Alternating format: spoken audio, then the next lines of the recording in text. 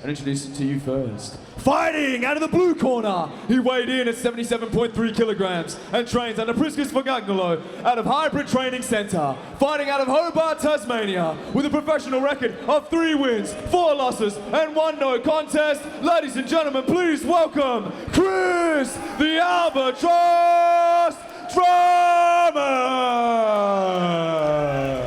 And introducing his opponent, fighting out of the red corner, he weighed in at 77.3 kilograms and trains under Ramel Luistro out of Luistro Combat Academy. Fighting out of Perth, Western Australia, with a professional record of 3 wins for just 2 defeats. Ladies and gentlemen, make some noise for Jesse Armstrong!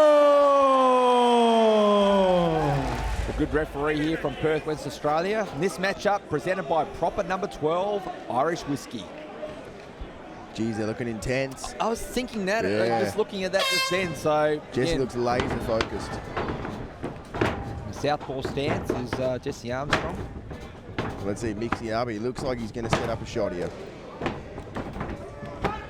A lot of movement. He's feigning those kicks, feigning a shot. There's a very good Jesse coming out on the front foot. Just going to see how Chris is just going to handle it. He's going to counter strike.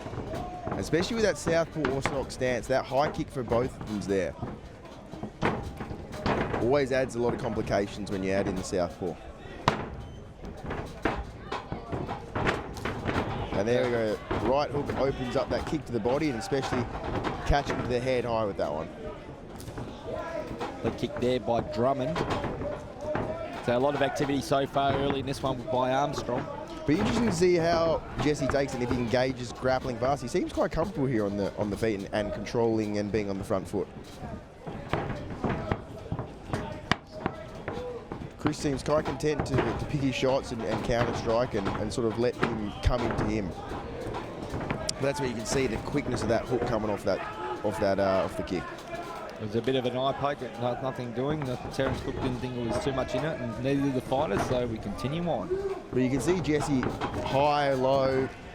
To me, that looks like the shot's going to come. He's mixing it up, never just throwing high all the time. There's always look up, down, throws to the body, throws to the head.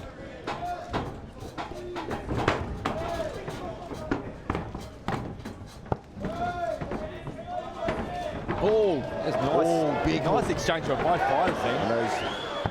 Oh! You can see Drummond is very quick off the break. It's instant. As soon as he caught that kick, that hook was already firing. So Armstrong. And you can see he engages the single against, especially against the cage. This is where he can use, and he's reaching around, trying to get that body lock. This is where you open up the legs now. It's a very advantageous. Turns him off the cage, and this is that back control we know Jesse for. But he can't rush it here. He did, and that's what happened. Beautifully done from Chris. Drummond got out of that one nicely, but as you said, Daniel Armstrong rushed it a little bit. And it's almost a bit of urgency there. It's a very interesting shot choice there from Armstrong, very far out. But he does know he can take him down, so it's a bit of a confidence boost for both of them. Drummond was exposing his back and it escaped very well. Oh, that was nice there by Armstrong once again. Yeah.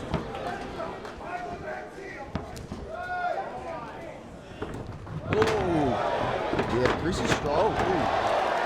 And then this is exactly where Armstrong wants. He wants to pull him off the cage and not allow him to stand here. He pounced, didn't he? You can see he's trying to isolate that one leg and keep his hips above his hips and keep him higher. Because that, in terms of gravity, keeps Drummond down and allows Jesse to maintain that position. Yeah, he's got to be smarter with his positioning this time, because he rushed last time and lost it, and see what he does this time. And he's using that upper body control to compress the neck. See what he did with them in his right leg. Lost this is where he needs to just take his time. He's got the... But this is where, again, Chris has done well to escape, and Jesse's trying to stay on that single. Good work by Drummond. You can't see from this angle, it looks like he's got his hands connected. I think Jesse's going to try and pick him up again and take him down. Get those hips under, and he's going to... But well done. Well defended from Drummond. Drummond has done very well here. And that's going to be a big confidence boost, especially with the grappler who's on paper is a much higher level grappler. He's done really well to survive and escape those positioning. Yeah, I think we've seen it a few times in the professional ranks now. It's like they've been able to stay calm and get out positions where probably as an amateur you'd panic and they'd be all over. I mean, Jesse's still transitioning well from the high crotch and then he shot to the double and now back to the upper body control. He's using the underhook well to control him. You can see the crowd getting into it once again here, HBF Stadium. But Chris has done well knowing he can hang with the grappling and he can fire shots off there and try and lure Jesse in with these shots. That was a nice punch there by very Drummond, good nice shot. right hand. Yeah, and the difference from the southpaw and orthodox opens those opportunities for both backhands of both fighters. But I'd love to see both of them throw that high kick and follow it up. Closing stages of our opening round of our co-main event of Eternal 71. Terence Cook, our referee, has them ready. We're about to enter round 2, our co-main event. It is Chris Drummond taking on Jesse Armstrong. So Jesse Armstrong sort of waves off his arms and ready to... Oh, big shot. And that's that hook we've seen the whole day. Jesse Armstrong's still hurt. And he's trying to Wow. survive. Wow. That's that hook we've seen all day off the break. Oh, Armstrong is down again. This one's going to be over, Very maybe. close. He needs to... He's done well to control the hand. No, he's done. Oh, he's bleeding now. Oh, his nose is messed up. Yeah, Terence Cook steps in, and that is all she wrote. That is it. That is over. Well, ladies and gentlemen, our referee in charge has called a stop to this fight at 28 seconds of round number 2, declaring your winner via TKO in the blue corner, Chris Drummond. Chris the Albatross Drummond. Chris, an unexpected retirement there from your opponent, but let it not take away from your victory tonight and the fact that you and your team have gone 3 for 3 tonight. How does it feel to be standing in the cage right now? Feels really good. I needed this win. I had about 3 years off from MMA and I fought professional Muay Thai, boxing, combat jiu-jitsu, and my last fight, I fought one of the best guys in the world at Muay Thai and he busted me up real bad. So I was out for about 7 months for that. But my modelling career is done for, so... Well, the modelling career is done for, but the fight career is blossoming, my friend. Listen, a successful return back in here. The first round, a back and forth action. Were you surprised by anything that he threw at you and was able to defend? But ultimately, the second round, you made the adjustment, found that hook, and got the TKO finish. Well, yeah, this is probably the only fight that I studied a fair bit in my coaches, and I was pretty worried about this one because I've seen Jesse's fights, and he was really strong and like really tough, so I knew he was going to push the pace. And I knew that if I didn't finish him, catch him coming in, that it was going to be a real tough fight. So he brought it to me first round. And you know what? I'm real happy it got done because it was going to be a tough one with him. So he's awesome.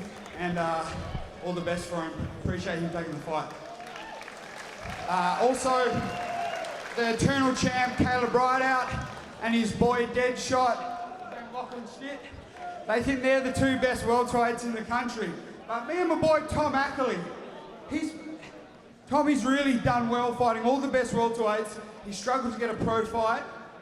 He fought Lachlan about 3 years ago, 2 years ago probably. I fought Caleb Rideout and beat him in his last MMA fight.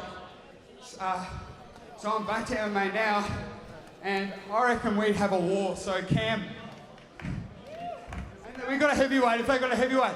And you know what? I'm down for a 2 fight, but if you can't sanction that, I guess co-main and main event will do. Well, there's the call, ladies and gentlemen. He wants the welterweight king. One more time for your winner, Chris Drummond and the Hybrid Training Centre boys.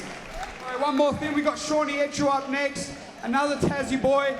Us Tassie boys are going to go 4-0, but I love WA. All my family's over here, so I'm 50% both, you know what I mean? But Shawnee Etchu, let's do it.